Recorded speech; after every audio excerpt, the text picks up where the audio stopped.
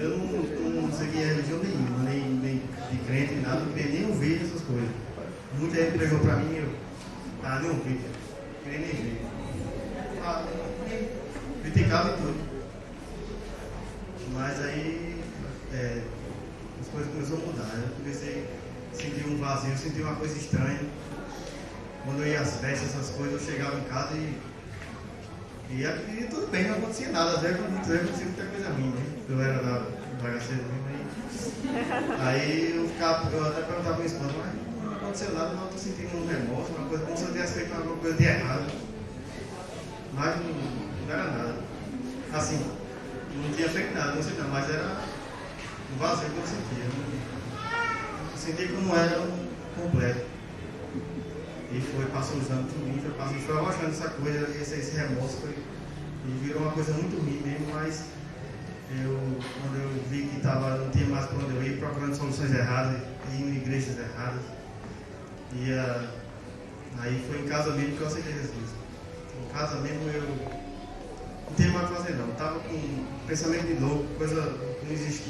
Minha mãe e meu pai chegavam para mim e diziam, que é isso, Roberto, que você está pensando aí, que é isso que você está dizendo, você está ficando... E eu dizia, eu queria que eles acreditassem na minha história, só que era, na verdade, aquela depressão, né? Aí foi quando eu, um dia em casa, eu cheguei ao ponto do meu filho olhar pra mim assim, e ele dava aquele sorriso e eu chorava. Quando eu estava chorando. Era muito triste mesmo. Aí, vocês sabem o que é que eu estou falando, né? Aí, quando eu me ajoelhei no chão, assim, chorei de verdade. E prometi para Deus que entreguei minha vida a Ele. Não tinha o que eu fazer mais. Não queria nem viver mais. Eu entreguei a Ele de coração mesmo.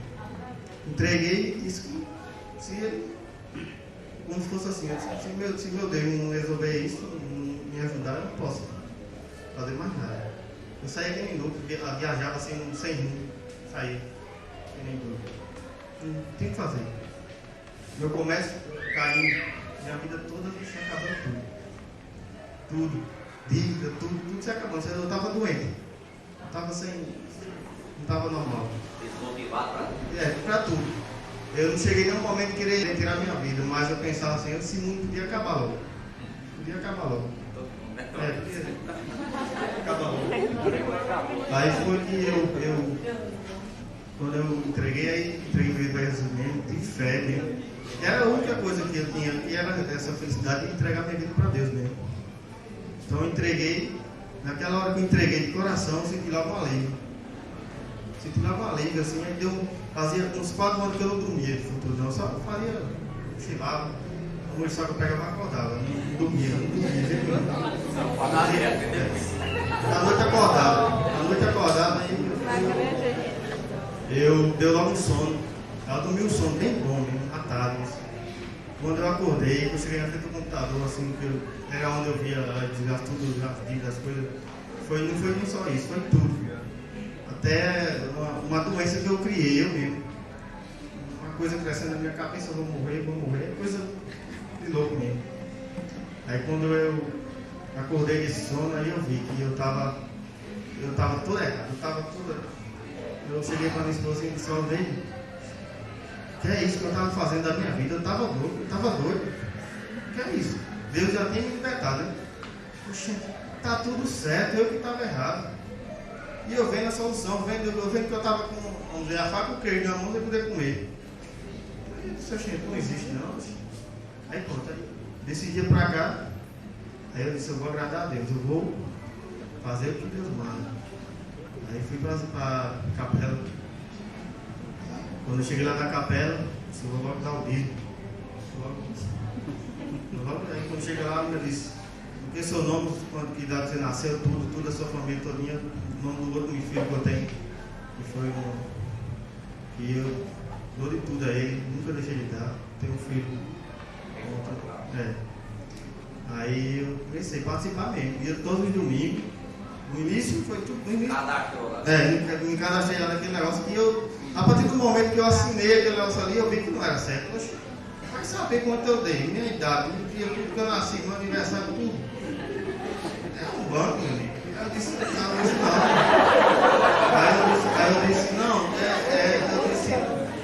Aí eu saí com a minha esposa, né? Participei da missão lá e disse, olha, é estranho, né? Ele sabe tudo, até que a pessoa deu, assim. E se um dia eu puder dar um tanto, depois eu vou dar mais pouco? Aí fui dando. Fui, mas muito apertado no livro, aí eu dando um valorzinho pra lá, né? Teve um dia, e mesmo assim a gente estava achando que teve um dia que eu dei pouco. Não dei o que eu estava dando. Mas eu vi no rosto daquela senhora da recebendo, ela já pensou outra coisa, assim, né? Na hora. Aí isso é uma coisa que. Aí eu tentava agradar a Deus assim.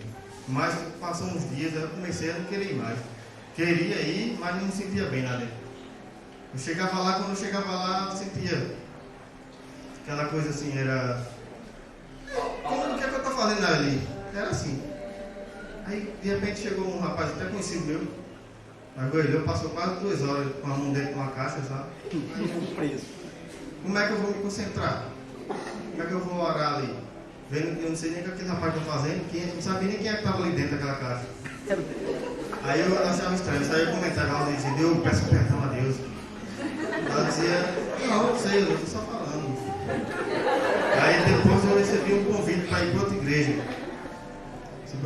Para ir para outra igreja. Quando eu cheguei nessa igreja lá, aí que foi errado as coisas. Não tem condições não. Quando eu cheguei lá, aquilo ali eu assisti muito, aquilo ali na televisão, um filme de terror. Eu assisti muito aquelas coisas ali. Nessa mesma curva eu levei uns convidados da minha rua, lá da rua que eu moro, que ia de lá. Mas eu não falo estranho umas coisas. Aí eu decidi, eu saí revoltado. Isso eu já tinha me revoltado com outra igreja, assim, mas só fui umas 3 vezes e deu legal. Aí quando eu cheguei nessa, eu saí revoltado. Eu falei pra ela, eu disse, Aldeia, eu não venho mais não.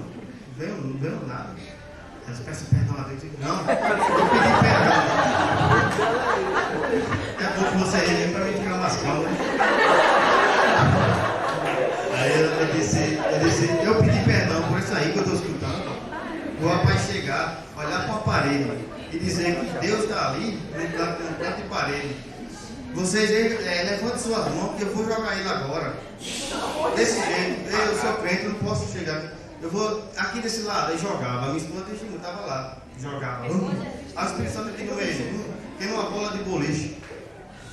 A menina do meu lado falando umas coisas que ninguém entende aquilo ali. Aí chegou um rapaz atrasado, disse, bicho, cheguei atrasado, começou a falar a mesma coisa, nem orou nem nada. Mas está tudo errado, aí não tem. Aí saí nesse dia, eu não queria ser crente mais não. Eu fui me visitar, mas eu disse, não quero ser crente não. Mas Deus que me deu essa aprovação que eu consegui sair, graças a Jesus Cristo, né? Eu consegui superar. Tinha um pregador lá na frente? Tinha um pregador. Esse pregador, se eu me lembro bem, pastor. Esse pregador foi quando eu entrei na igreja, esse pregador foi a primeira coisa que era para eu ter voltado naquela hora. Na oficina de um colega meu ali chamado Cajá, esse pregador me ofereceu uma arma. Quando ele saiu aí, Cajá na oficina, disse, e é mais crente esse cara. Aí quando eu chego lá, o rapaz está lá, de gravata. Agora, a garganta dele, ele gritava mesmo, ele gritava. Esse mesmo que estava jogando o Espírito Santo. Então tem. Aí eu fiquei muito revoltado com a igreja de crente. Eu achava que não ia ser crente não. Eu disse, não, eu vou ficar lá onde eu estava mesmo. Lá pelo menos não via essas coisas assim.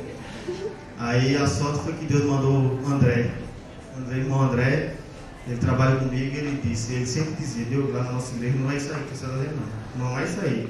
É diferente. Eu achava que era tudo igual. Mas Deus, na aprovação que Ele me deu, meu coração mudou. Eu comecei a buscar a Deus. Eu comecei a dar oportunidade. Para mim, conhecer a verdade, então eu vou. Saiu da capela, fui sair de casa, tomou uma água, vamos para a igreja. Viemos para cá e quando eu cheguei aqui, foi que eu vi. Quando eu vi, eu sentei ali aqui no banco, aí eu vi a pregação todinha. Aí quando eu saí fora, eu disse, Osnei, se eu tiver de ser crente um dia, é dessa igreja. É dessa igreja aí. Mas quando eu falei, meu coração acredita que eu era crente de Jesus Cristo, mas que ia ser membro dessa igreja. Aí eu fui, aí vi outro domingo, no terceiro domingo, aí foi que eu aceitei. Foi domingo de ceia. Tinha muita vontade de participar da ceia. E eu quase não ia à igreja lá, mas eu via a pessoa comendo aquele negócio lá e eu disse. Eu também. E hoje é a minha boa vontade. Então, estou vendo a hora de batizar para chegar ao domingo de ceia, eu participar. E eu vi também a verdade na ceia, tudo totalmente diferente, tem nada a ver. E a verdade, foi onde eu não aguentei, eu disse que eu vou. Aí eu chego o pastor e disse, pastor, eu quero ser membro dessa igreja. Aí, amém, oramos. Então é isso, irmão. Então eu estou muito feliz. E irmã Paulina, ela mas diz assim, eu vou ler aqui. Em verdade vos digo, quem ouve a minha palavra e crê naquele que me enviou, tem a vida eterna, e não entrará em condenação, mas passou da morte para a vida. Amém. E é João 5:4. Ok, irmão? Alguma pergunta para o irmão Diogo? Ele falou muito sobre a ceia, né? Que significado tem a ceia? Quais são os elementos e que são deles? O pão O pão representa o quê? O corpo, né? E o vinho, o sangue. E fazemos para lembrar Jesus em memória de Jesus, né? Muito bem. O irmão Diogo está, então, com José. Ele falou que está com medo das perguntas, eu vou fazer a pergunta. Irmão, você teve algumas igrejas e você se decepcionou com algumas igrejas. Toda igreja é feita por homens, pecadores. Isso. E se você se decepcionar dessa igreja, o que aconteceria com você? Dessa igreja que eu estou hoje? Se você se decepcionar com alguma coisa dessa igreja, o que acontecerá com você ao acontecer? Qual seria a sua atitude no caso se você visse alguma coisa que não lhe agradasse? O que seria? O que você diria? Aqui na igreja, com os irmãos, se eu visse alguma coisa errada. Porque aqui nós fazemos as coisas racionalmente, nós fazemos a coisa com o Espírito Santo e com entendimento. Então, por exemplo, se eu estou errado, tá vendo? Se eu vejo um irmão no erro, eu tenho que ajudar de algum jeito, né? Conversar com ele e que não seja esse erro do pastor, né? Não fugir da raiva, né? E se dos irmãos, e se for do pastor, eu ficaria muito decepcionado, porque é mais grave. Então, esse medo eu não tenho, eu estou só dizendo aqui, mas eu conheço, né? Cada dia que se passa, eu me firmo mais ainda. Deixa eu reparar. Eu sei que você segue, eu já conheço o seu testemunho, eu sei que você segue a Cristo. E nós, como igreja, somos pecadores. Pode ocorrer que você tenha alguma decepção. Isso seria suficiente para você decepcionar com a igreja e até cair para o outro lado? Não dos membros.